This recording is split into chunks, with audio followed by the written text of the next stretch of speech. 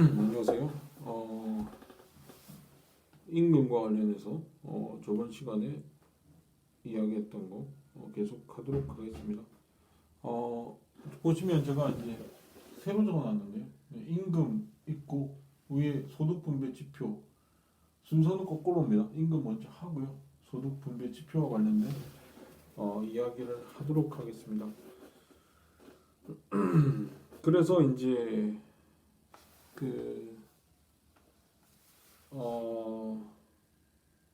임금하고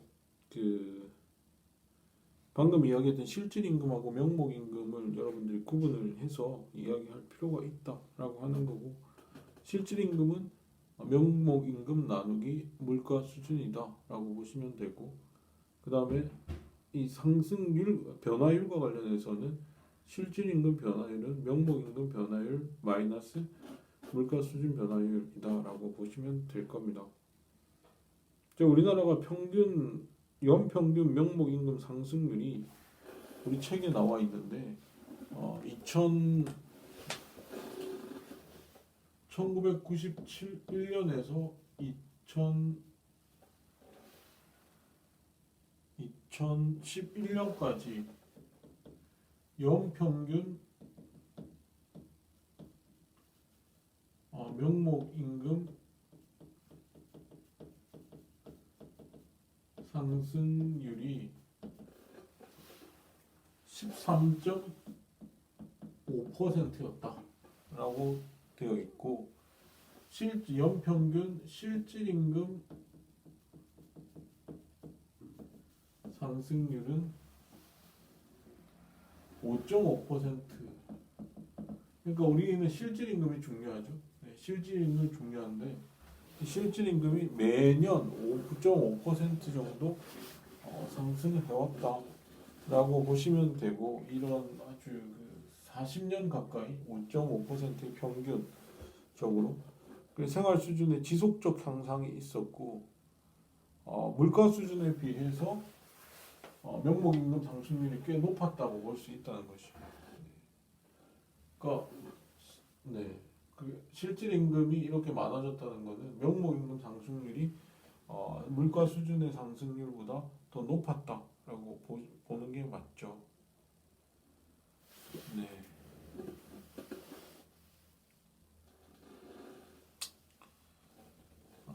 그리고 이제 우리나라 같은 경우에는 정부 입장에서는 그동안 과도한 임금 상승을 우려해가지고 우리나라가 경제가 발전하는 과정에서 이렇게 높은 실질 임금 상승률을 가지고 생활 수준의 향상을 이룩하기도 했지만, 정부 입장에서는 너무 과도한 형태의 임금 수준의 상승을 막기 위해서 어느 정도 임금을 억제했던 적도 있었어요. 네, 억제했던 적도 있었고, 그게 나온 게, 그래서 이제 정부가 임금을 정할 때 임금 가이드라인을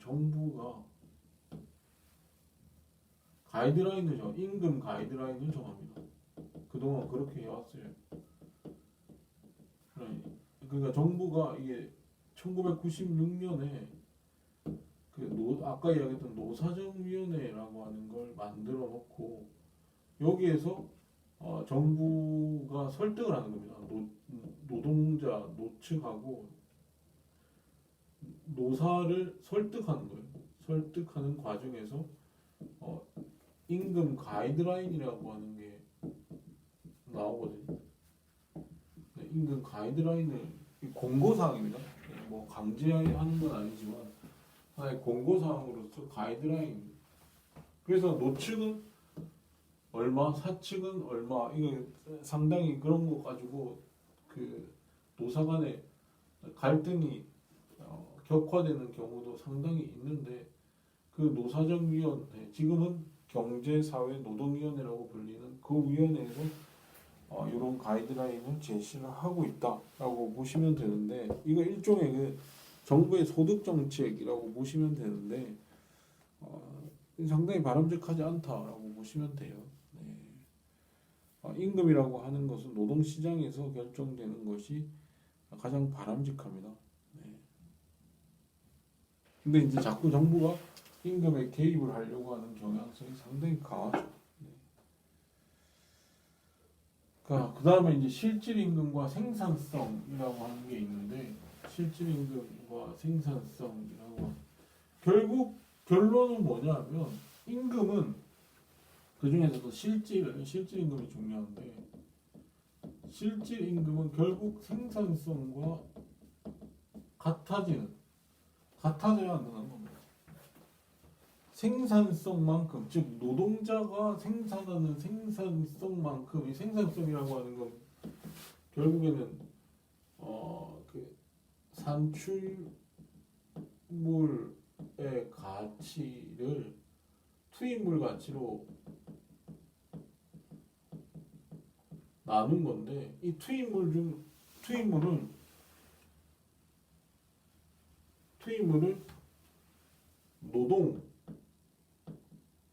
노동의 가치 이렇게 나타내 버리면 이건 노동 생산성이 되는 거죠. 네, 노동 생산성. 투입물 중에서 노동을 저기 집어 넣어 버리면 노동 생산성이 되는 겁니다. 아무튼 산출물 가치에다가 투입물 가치를 나눠주는 거, 그게 생산성인데, 결국 실질 임금이라고 하는 것은 노동 생산성에 따라서 결정이 나야 되는 거죠. 노동 생산성에 의해서 결정이 나야 된다라고 하는 겁니다. 이게 같아지는 것이 가장 좋습니다. 실질 임금은 생산성과 같아질 때, 특히 노동 생산성과 같아질 때 좋은 것이다 라고 하는 건데, 근데 이게 달라지는 경우가 있는데, 이 달라지는 경우는 정부가 과도하게 개입을 한다는, 정부가 임금에 개입을 한다는 정부 개입이나, 아니면 노조의 힘이 너무 높다든지, 그러면 사실 이게 시장에서 결정되어질 수밖에 없는 게 실질 임금과 생산성이 같아지는 거거든요. 시장에서 만약 임금이 결정된다 그러면 거의 생산성과 같아집니다. 실질 임금이 같아질 수밖에 없는데, 이게 괴리되는 이유는 뭐냐면 이런 요인들이 있다는 거죠. 우리나라는 상당 부분 정부 개입이 심합니다. 그 다음에 노조의 힘도 상당히 완고하죠. 네, 노조의 힘도 상당히 완고합니다. 우리나라 같은 경우에는 나중에 이야기를 할 수 있을지도 모르겠습니다만은, 우리나라 같은 경우에는 그 노동조직률이라고 해서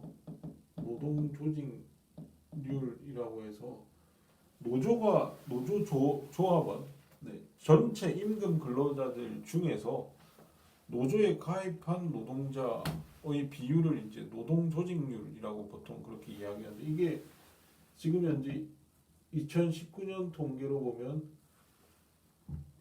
이게 12.9%거든요. 노동조직률이 상당히 낮습니다. 이게 2019년 통계인데 상당히 낮습니다. 그럼에도 불구하고 굉장히 노동운동의 성격이 굉장히 과격합니다. 그래서 파업 성량이라고 하는 게 있거든요.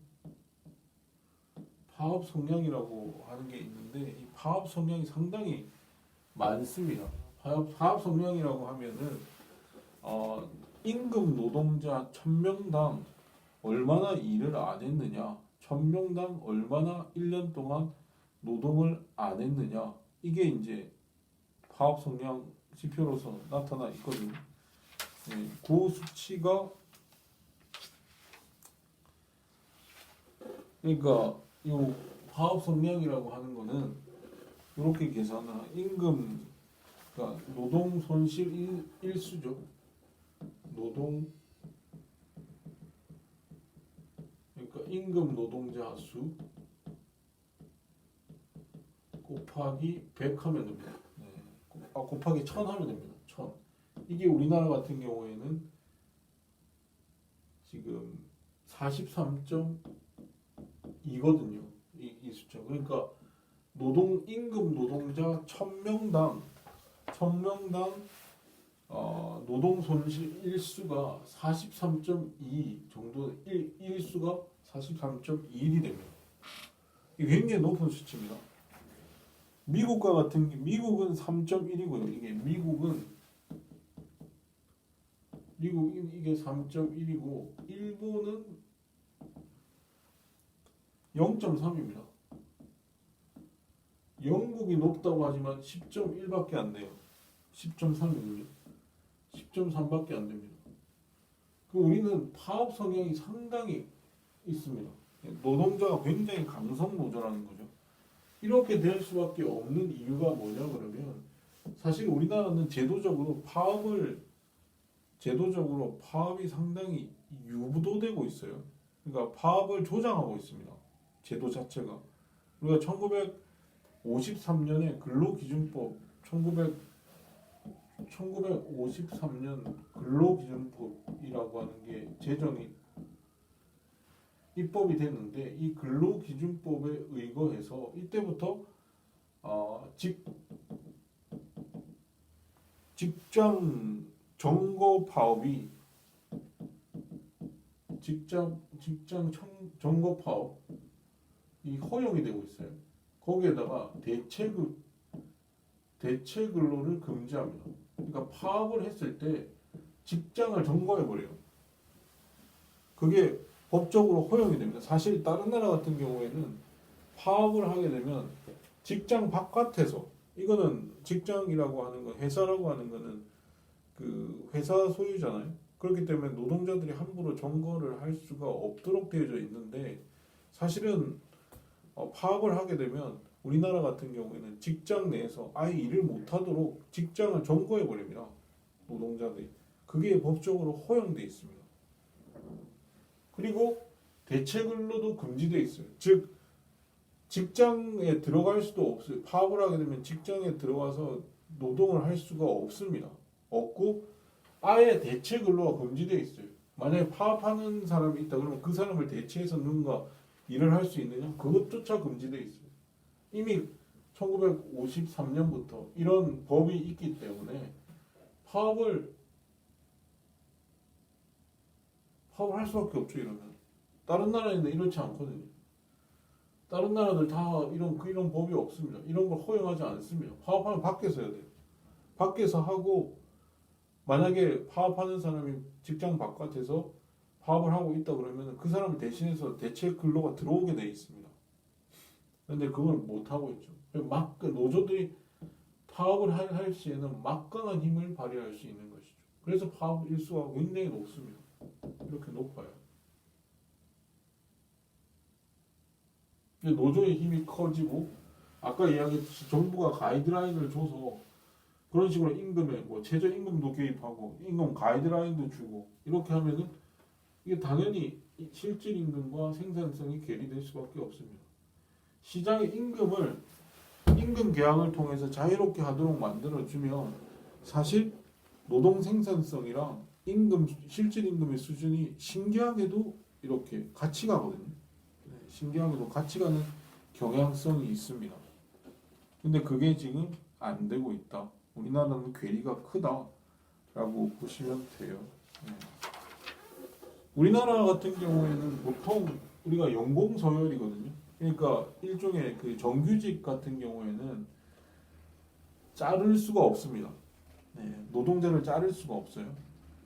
정규직으로 일단 한번 채용을 하면은 자르기가 매우 힘듭니다. 사람을 자르기가 매우 힘들기 때문에 거의 연공 서열이라고 볼 수 있는데 보통 우리나라는 이 생산성이랑 이 연령이 있으면 예컨대 이런 식의 그래프를 그리거든요. 이런 식의 그래프가 나타납니다. 이게 27세부터 일을 한다고 그러면 한 40세 정도가 분기점이 되고 이게 한 55세가 분기점이 돼서 이게 이제 요게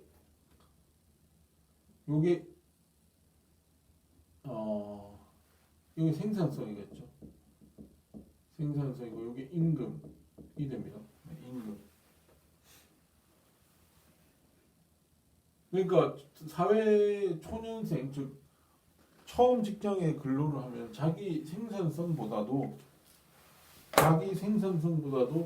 낮은 수준의 임금을 받고 있어요. 그러다가 40세를 전후해서 40세를 분기점으로 해서 매우 임금이 가파르게 오르면서 자기 생산성보다도 임금이 더 가파르게 올라요. 그래서 자기 생산성보다도 임금을 많이 받습니다. 이게 연공서열을 하는, 즉 연공서열주의가 강한 나라에서는 대체로 이런 그래프를 가지고 있게 되거든요.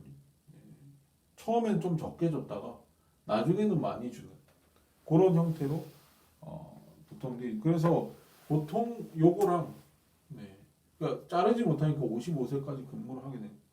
근데 55세 이상으로 가면은 생산성이 임금을 훨씬 초과를 해서 기업들이 손해를 많이 보는데 어쨌든 여기랑 요 넓이가 거의 같게 됩니다. 요 B급을 지은 요 두 삼각형의 넓이는 거의 같게 되죠. 이런 식의 이제 구조를 가지고 있다라고 보시면 됩니다.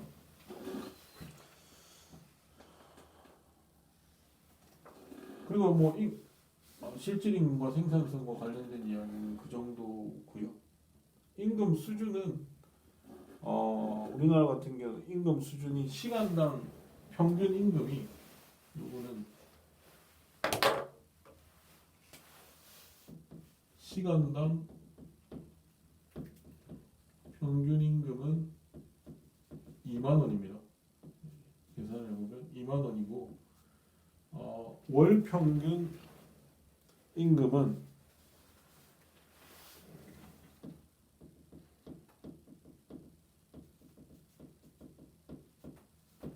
264만 원 정도 돼요. 4.3만 원. 이게 2019년 통계인데 2019년에 이런 그러니까 시간당 임금은 2만 원, 월 평균 임금은 264.3만 원 정도 되고 이게 뭐 정규직하고 상당히 차이가 나요. 월 평균 임금액이 정규직과 비정규직이 있는데 정규직은 316.5만 원, 316.5만 원이고 비정규직은 172.9만 원. 상당히 차이가 크죠. 140만 원 정도, 140만 원 정도 정규직이 더 많이 번다라고 보시면 됩니다. 한 달 평균적인 월급이 이렇다라고. 그리고 이제 정규직이 훨씬 더 일을 많이 하거든요. 비교적 뭐 아무래도 그렇겠죠. 정규직에 비해서 비정규직이 훨씬 더 일을 많이 하기 때문에 더 많이 가져가요. 노동 시간도 많고 시간당 임금도 많겠죠.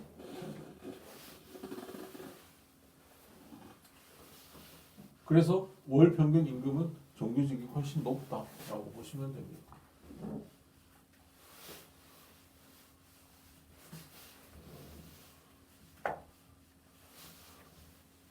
자, 이게 이제 우리나라의 임금 수준까지 했고, 그다음에 임금 격차가 있죠. 임금이 다 똑같지 않습니다. 임금 격차가 여러 가지 이제 그 종류별로 임금 격차가 나타나는데 성별 같은 경우에는 성별은 남자를 100으로 두면 성별 같은 경우 남자를 100으로 두면 여자가 65 정도밖에 안 됩니다. 이게 남자 여자 여기에 대해서는 상당히 뭐 어떤 나라든 사실은 여자가 소득이 적어요. 적은데 너무 격차가 큰 거 아니냐. 우리나라 65면 상당히 큰 거거든요. 100이 남자가 100인데 여자가 65면 상당히 적은 거다라고 보실 수 있습니다. 사실 이게 잘 개선이 안 돼요. 네, 여기 2000년대 이후에 그 이전까지만 해도 상당히 격차가 좁혀졌었는데 65 이하에서 계속 머물고 있습니다. 네, 2000년대 이후로 그렇게 좋아지고 있지 않다라고 볼 수 있고 그 다음에 뭐 이렇게 된 이유에는 여러 가지가 있겠죠. 네, 뭐 그 남녀에 대한 그 성적인 불평등이 아직까지 온전하고 있다라고 해석할 수도 있고 아니면 굉장히 그 고소득 그러니까 굉장히 경쟁적인 그런 경쟁적이고 상당히 성과를 많이 내야 되는 곳에 여자들이 잘 지원을 하지 않는 거 아니냐라고 하는 여자는 아무래도 관계지향적인 업무를 중시하기 때문에 남자들의 성취 욕구 물론 뭐 개인들마다 다르긴 하지만 평균적으로 그렇다는 거죠. 그래서 평균적으로 이렇게 낮게 나오는 것이 아니냐 뭐 이런 설도 있고 여러 가지 이제 이야기들이 있습니다만은 우리나라가 좀 많이 낮은 건 사실이다라고 보시면 됩니다. 그 다음에 학력별로도 이게 이제 성별은 2018년도 통계예요. 근데 학력은 2016년도 통계인데 대졸 그러니까 이거를 대졸을 100으로 뒀을 때 초대졸, 고졸 이 초대졸은 보통 이제 전문대를 졸업하신 분들을 의미하는데 이들이 71 대졸을 100으로 놓으면 초졸은 71 고졸은 62 이 정도의 임금 격차를 보이고 있다라고 보시면 되죠. 상당히 학년별로는 상당히 큰 격차를 보이고 있다라고 보시면 되고 그 다음에 산업별로는 이게 2019년도 통계인데 산업별로는 사실 금융업이 상당히 굉장히 돈을 많이 받아요. 금융업이. 그래서 금융업을 100으로 두면 이 제조업 같은 경우에는 제조업은 68밖에 안 됩니다. 그 정도로 우리 금융업이 상당히 돈을 많이 버는 업종으로 되어 있습니다. 우리나라 같은 경우에도 금융에서 상당히 이윤이 많이 나거든요. 사실 우리나라 금융산업이라고 하는 게 그렇게 발달된 산업이 아님에도 불구하고 몇 개 없죠. 은행도 몇 개 없습니다. 네, 은행도 몇 개 없어요. 그래서 그들끼리의 어떤 그 시장이 생성이 되고 정부의 면허 장사 정도를 해서 굉장히 쉽게 돈을 벌고 있는 사정이다라고 보시면 됩니다. 그 다음에 고용 형태별로는 이게 정규직, 비정규직이 있는데 이거는 2016년인데 이거는 시간당 임금이거든요. 시간당 임금 정규직을 100으로 뒀을 때 비정규직이 87입니다. 아까 월별 그 월평균 임금은 상당한 차이를 보였었는데 이 시간당 임금 차이는 그렇게 많이 나는 것 같지는 않습니다. 네. 굉장히 많이 개선이 됐거든요. 근데 아무래도 정규직이 훨씬 더 일을 많이 해요. 그래서 월평균 임금이 그렇게 정규직보다 130만 원 정도 더 많은 이유가 바로 거기에 있습니다. 이 시간당 임금도 정규직이 크고 거기다가 임금을 많이 줘서 그런지 모르지만 노동 시간도 많아집니다. 그 다음에 기업 규모별로는 이거 2017년 자료인데 2017년 자료를 보면 대기업이 100이다. 예, 대기업이 100이다 그러면 중소기업은 57. 상당히 차이가 나죠. 확실히 대기업은 엄청나게 돈을 많이 주는 게 분명합니다. 100과 57의 차이입니다. 상당히 큰 차이를 보이고 있다라고 보시면 돼요. 그 다음에 지역별로도 소득 차이가 있죠. 지역 소득은 우리가 GRDP라고 해서 우리가 측정을 하죠. GDP인데 R이 붙어서 이거 regional이라고 하는 지역적인 이라는 뜻이 들어가 있어서 보통 지역의 어떤 그 지역의 소득 수준을 나타낼 때 GRDP라고 하는 지표를 쓰게 됩니다. 네, GRDP라고 하는 지표를 써서 우리가 지역 소득 통계를 잡을 수 있게 되는데, 이 GRDP 같은 경우에는 우리가 어느 지역이 제일 잘 살까 보면 울산이 제일 잘 살거든요. 서울을 100으로 나왔을 때 울산이 108입니다. 108이고 그 다음에 제일 못 사는 데가 제주거든요. 제주가 최하인데 이게 67입니다. 이게 지역별 통계는 2017년 통계인데 2017년 통계인데 제주가 67이고 우리 경남은 85입니다. 85. 그다음에 부산은 80이죠. 부산 80. 그래서 부산보다 경남이 잘 삽니다. 울산이 제일 잘 살고요. 제주가 제일 못 삽니다. 이게 최하다라고 보시면 되죠. 자, 이렇게 해서 이제 여러 가지 명목별로 격차가 있다, 격차가 나타난다. 이런 뭐 인위적으로 그 격차를 해소시킨다는 것, 뭐 격차가 나타난다는 것을 우리가 인정을 하고 이 격차가 바람직한가 바람직하지 않은가 모두가 똑같이 받을 수는 없겠죠. 모두가 사람마다 생산성이 다를 테니까 능력이 다르고 그 기업에 들어갔을 때의 생산성이 다를 테니까 모두가 똑같이 받는다는 것만큼 불공정한 건 또 없는데 너무 격차가 벌어졌을 경우에는 상당히 우리가 주의를 기울여서 연구를 할 가치가 있다라고 판단할 수 있겠죠. 네, 그런 이야기다라고 보시면 됩니다. 그래서 임금과 관련해서 여러 가지 우리나라의 현 상황에 대비해서 이야기를 했다. 우리나라 상황에서의 그 임금과 관련된 이야기가 이렇게 이야기되어질 수 있다라고 보시면 되고요. 자, 그래서 이제 그 다음에 이제 소득 분배 지표를 보면 되는데, 소득 분배 지표는 크게 보면 세 가지죠. 5분위 배율, 진위 계수, 그 다음에 빈곤율, 이 세 가지인데 5분위 배율이라고 하는 건 좀 지우고요.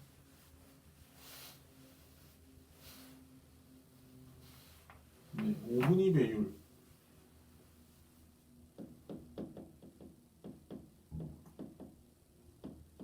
5분위 배율은 1분위 평균 소득분의 5분위 평균 소득을 말하는 거거든요. 그러니까 우리나라에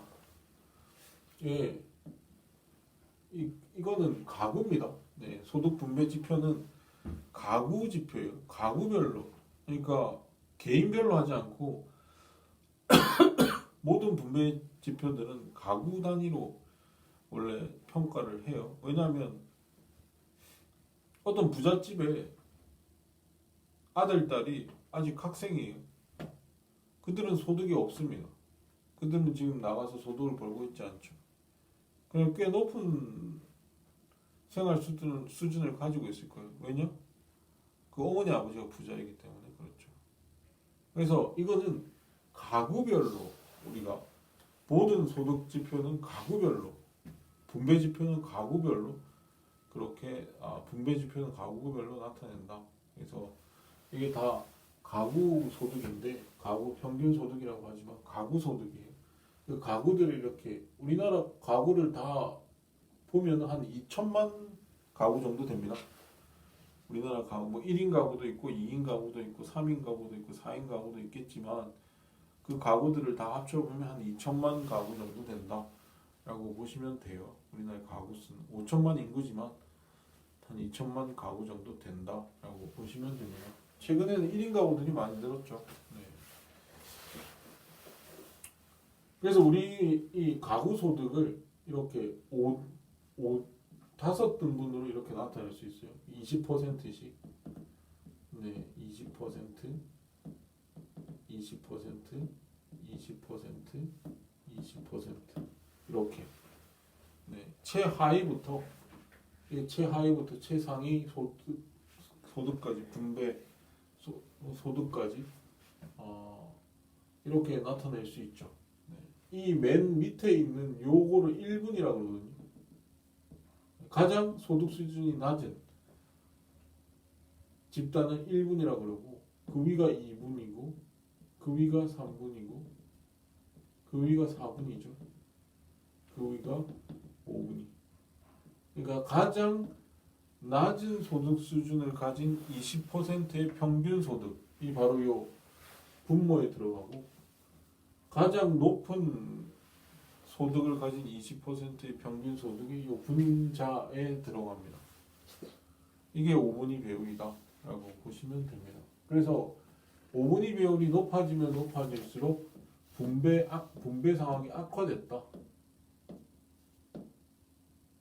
상황이 악화됐다라고 보면 돼요. 격차가 커졌다는 거니까 못 사는 사람과 잘 사는 사람의 격차가 5분위 비율이 커졌다는 것은 격차가 커졌다는 것이니까 분배 상황이 악화됐다라고 우리가 해석을 할 수 있는 거죠. 이거를 이제 우리나라에서 5분위 비율을 계산을 하면 이게 두 가지 기준이 있거든요. 시장 소득 기준이 있고 가처분 소득 기준이 있어요. 시장 소득 기준이라고 하면 내가 실제로 일해서 번 거 있잖아요. 내가 벌어들인 소득을 기준으로 시장 기준을 하면 그게 시장 소득 기준이고요. 가처분 소득 기준이라고 하는 건 내가 시장에서 벌었어도 그 세금을 내잖아요. 네, 내가 번 돈에다가 세금을 냅니다. 네, 세금 뺀 거예요.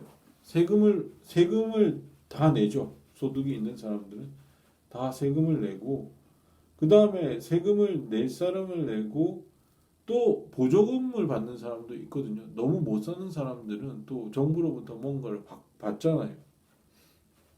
뭔가를 받습니다. 그거 플러스 마이너스 세금은 마이너스하고 플러스 그러니까 정부에 의해서 그러니까 잘 사는 사람에서 많은 세금을 걷어가지고 못 사는 사람들 지원을 해주기 때문에 복지제도라고 하는 것이 보편화되어 있기 때문에 시장 소득으로 했을 때의 이 5분위 배율은 크겠죠, 값이. 예. 근데 그거를 다시 복지제도를 통해서 보정을 해서 가처분 소득 기준으로 하면은 5분위 배율, 그 격차가 줄어들어서 5분위 배율이 좀 낮아지겠죠. 그런 겁니다. 그래서 이렇게 나눠서 우리가 생각을 해보면 시장 소득 기준으로 하면 2011, 2016, 2018 여기를 보면 이게 연도입니다. 2011년도 시장 소득 기준으로 보면 7.86, 그 다음에 16년에 9.32, 그 다음에 11.1 점점 이렇게 격차가 벌어집니다. 10 정도 차이가 나죠. 근데 가처분 소득 수준으로 하면 5.51, 5.15에서 4.63 그리고 5.47. 그래서 이 가처분 소득 기준으로 하면 5에서 왔다 갔다 한다라고 보시면 됩니다. 우리나라의 그 5분위 비율은 5에서 왔다 갔다 한다라고 보시면 돼요. 보통 이걸 쓰거든. 가처분 소득 기준. 실질적인 소득 기준이 가처분 소득 기준일 테니까 실제로 이제 가용할 수 있는 소득이 이 정도일 테니까 이렇게 하면은 사실 요걸 많이 쓰거든요. 그래서 5를 전후해서 한다라고 보시면 됩니다. 그 그 다음에 이제 5분위 배울 이 정도 이야기를 하고 그 다음에 진위계수.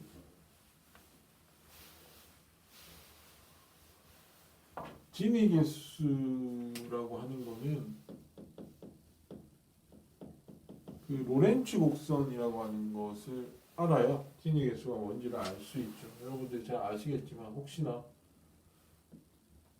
모를 수도 있으니까 이런 사각형을 그리고 제로, 100%, 100% 이렇게 되겠죠. 근데 여기는 소득 누적 비율이고 가계수 누적 비율이죠. 네, 누적 비율, 가계수. 행축은 가계수 누적 비율, 종축은 소득 누적 비율인데, 그래서 이거를 만약에 모든 분배가 n분의 1이다, 공평하다, 예, 모두한테 공평하게 나눠졌을 경우에는 그 소득 분배 자체가 이런 선으로 표시가 될 수 있을 거거든요.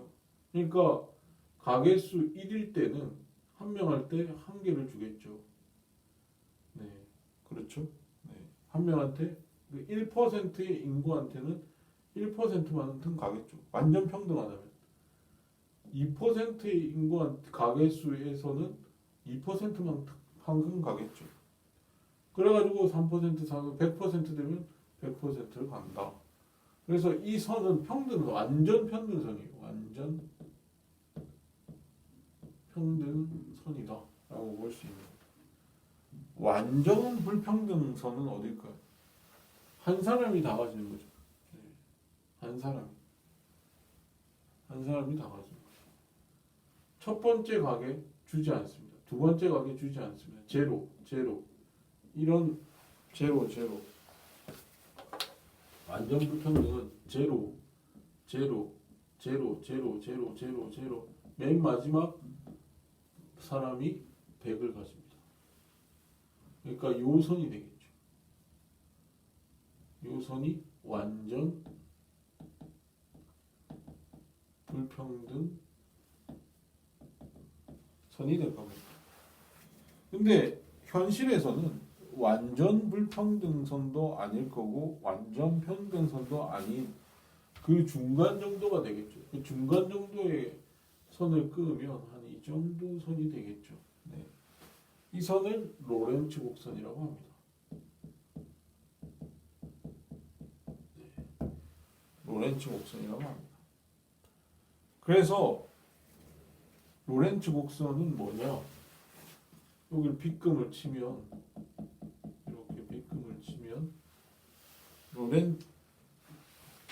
이 진위계수는 뭐냐면 지금 여기를 요 점을 A라고 요 점을 B라고 한다면 진위계수는 요 삼각형이 큰 삼각형 있잖아요. 이 큰 삼각형의 넓이에서 요 빗금 친 요 넓이 면적을 그러니까 요거의 빗금 친 요 넓이와 제로 A, B 요 넓이를 나눠주면 이게 진위계수가 되는 거예요. 즉 무슨 말이냐면 지금 이 빗금 친 부분의 넓이가 커지면 커질수록 점점 불평등해지겠죠.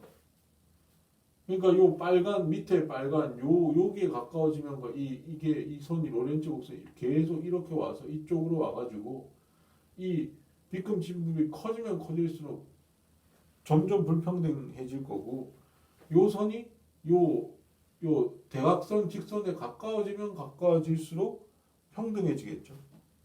그래서 로렌츠 곡선은 요 빗금 친 부분의 넓이가 커지면 커질수록 불평등하다고 했으니까 이 진위계수는 커지면 커질수록 분배 상황이 악화됐다라고 볼 수 있는 거예요. 네, 불평등해졌다라고 볼 수 있는 거죠. 저렇게 구한다. 전체 삼각형 크기 넓이에서 요 빗금친 부분의 넓이로 계산을 할 수 있다라고 보시면 됩니다. 그리고 진위 개수는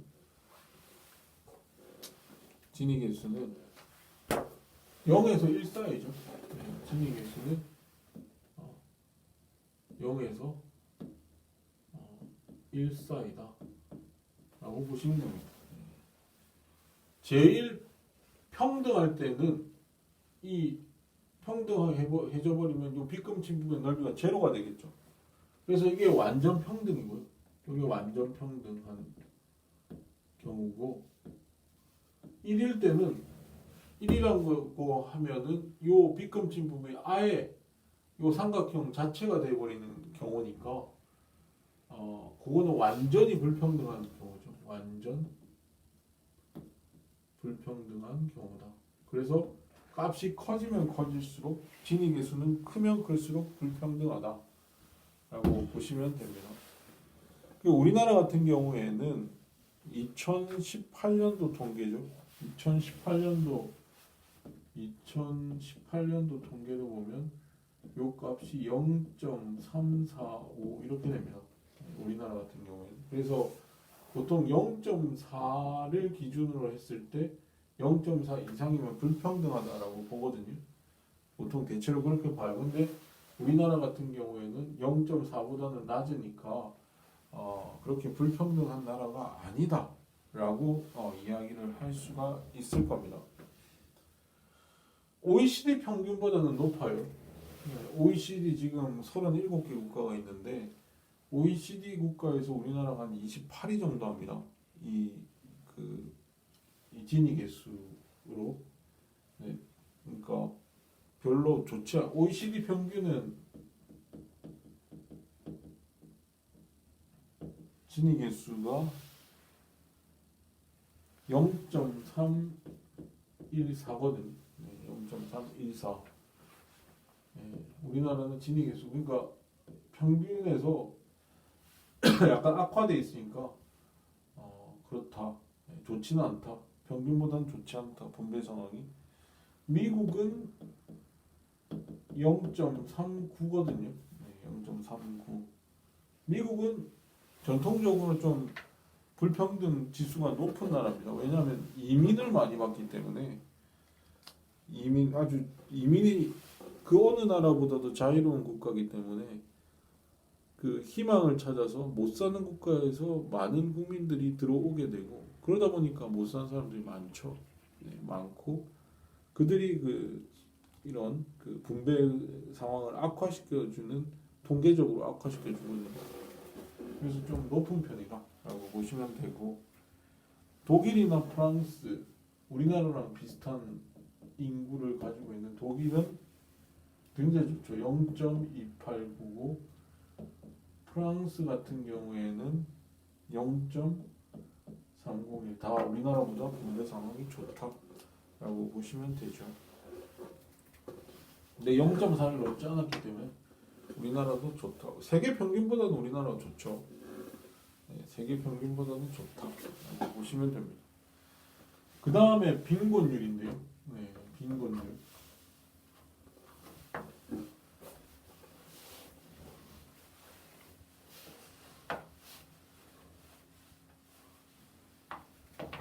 빈곤율입니다. 빈곤율 크게 보면 절대 빈곤율과 상대 빈곤율 이렇게 나눠요.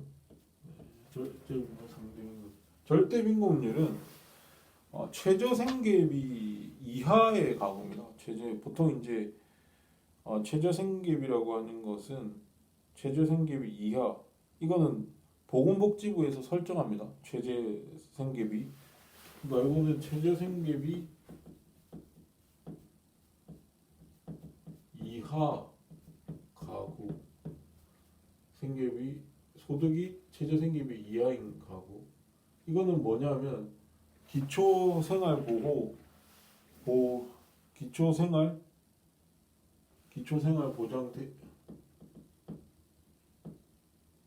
보장 대상자입니다. 그래서 이 체질 생계비를 보건복지부에서 설정하는데 1인 가구인 경우에는 이 가구별로 하는데 1인 가구인 경우에는 체질 생계비가 지금 67만 원이죠. 네, 67만 원이고 그 다음에 4인 가구 같은 경우에는 180만 원 이렇게 돼 있거든요. 그래서 이런 지금 우리나라는 이 인구가 절대 빈곤 인구가 174만 명입니다. 우리나라 인구의 한 3.4% 정도 되죠. 절대 빈곤 인구가. 네. 174만 명 정도 된다. 이게 2008년도에 그렇습니다. 2018년도에. 상대 빈곤율은 우리나라에 아까도 이야기했듯이 중위소득자가 있잖아요. 소득 수준이 중위소득의 50% 이하인 경우 상대 빈곤이. 그러니까 중위소득자 우리나라에서 소득이 낮은 사람부터 높은 사람까지 일렬로 쫙 세웠을 때 그 중간에 있는 사람의 소득을 우리가 중위소득이라고 할 수 있거든요. 그 중간에 있는 사람의 소득이 예컨대 200만 원이다. 200만 원이다 그러면 그 200만 원의 50% 즉 100만 원이 안 되는 사람은 상대 빈곤자로 돼 있습니다. 상대 빈곤율로 돼 있는 거죠. 그래서 이게 전체적으로 보면 상대 빈곤율이 우리나라는 16.7%입니다. 이게 2018년 통계고요. 근데 우리나라의 같은 경우에는 노인 빈곤율이 상당히 심각하거든요. 이게 42%입니다. 2018년 통계 42%. 상당히 그 어떤 나라의 통계, 그러니까 OECD 어떤 나라 통계에서도 볼 수 없는 굉장히 상대 빈곤율이 노인의 상대 빈곤율이 굉장히 높습니다. 즉 우리나라에서 최저 그 중위소득의 50%가 안 되는 소득을 벌고 있는 노인이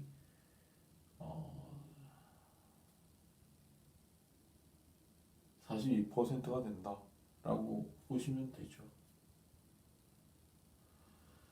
자, 그래서 이 노인 빈곤율 42%는 상당히 의미가 있습니다. 왜냐하면 우리나라는 자살률이 높은 나라라고 하지만 그 자살의 상당 부분은 결국 노인 자살이거든요. 네, 이들에 대한 대책이 굉장히 시급한 상황이다라고 보시면 되죠. 자, 이렇게 해서 우리가 그 소득 분배와 관련된 이야기도 끝냈습니다. 네, 소득과 관련해서는 임금이 상당히 중요하다라고 하는 거고 그 임금 중에서도 실질 임금이라고 하는 것이 중요한데 그 실질 임금이라고 하는 건 결국 생산성에 수렴을 해야 그 나라의 노동시간 시장이 상당히 건전하게 돌아갈 수 있다라고 하는 이야기를 했는데 사실 실질 임금이 생산성에 부합하지 않는 경우는 정부가 과도하게 임금 계약 또는 임금 시장에 노동 시장에 개입을 한다든지 아니면 막강한 노조 우리나라 같은 경우는 노조의 힘이 파업 성향이 굉장히 강하다고 얘기했죠. 파업 성향이 강한 이유는 몇 가지 제도들 때문인데 대체 근로가 금지되어 있다는 거. 그다음에 파업 점거 농성 그 회사를 점거해서 농성하는 것이 가능하다는 이 두 가지 그 제도가 있어서 결국에는 파업이 상당히 높은 수준에 있다라고 노조의 힘이 상당히 막강하다라고 보시면 됩니다.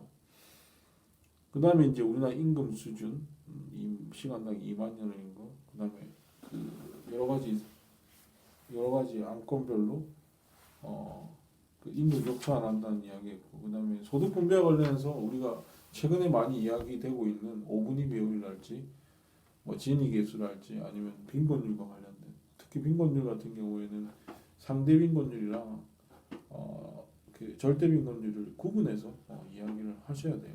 네. 그래서 뭐 상대 빈곤 우리 보통 상대 빈곤율을 많이 인용하는데 상대 빈곤율을 겪는다고 해서 엄청 뭐 아주 가난한 사람은 아닙니다. 절대 빈곤율 수준에서 있는 사람들이 그렇 뭐 굉장히 기초생활보장 수급자들이니까 그들이 아주 복 가능한 상태에 있는 것이다라고 보시면 돼요. 자, 이렇게 해서 오늘 강의는 이렇게 마치도록 하겠습니다. 수고하셨어요.